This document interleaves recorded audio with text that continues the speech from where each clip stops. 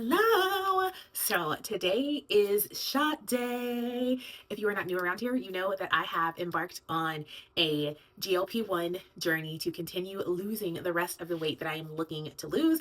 And this is now going to be my third injection of Zepbound. So I just switched from Wegovy to Zepbound 2 weeks ago. So this is now time for my third shot. And I just wanted to give you guys a little bit of an update and a little bit of a check-in.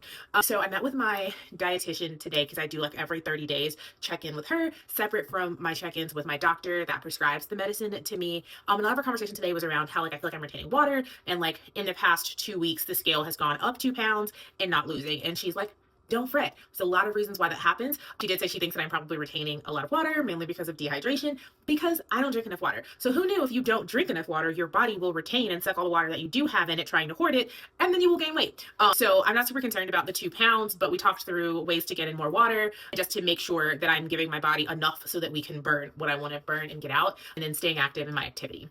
So it was a good overall check-in with her. I'm also going to switch my injection site. With Wegovy, I was typically injecting in my stomach. So when I switched to the trizepatide, I started injecting in my legs. The past 2 weeks, I've used my right leg 1 week, my left leg the other. I'm going to go back to the stomach because I had success with Wegovy with that. With the trizepatide, you can either do your arms, your stomach, or your legs. So we're just going to keep playing around with it till we figure out what our space is, what is comfortable for us, and where we get the best results. Let's talk side effects. I've had zero side effects switching medicines. I also tell people I do my shots at night before I go to bed, because a lot of people talk about being tired and getting nauseous and all those things. Well, if you give yourself the shot and you go to bed, you don't have to worry about those problems. So that's what I do. It's the last thing I do before I go to sleep at night. And then I don't have any side effects to have to worry about. So I haven't had any nausea, any of that kind of stuff.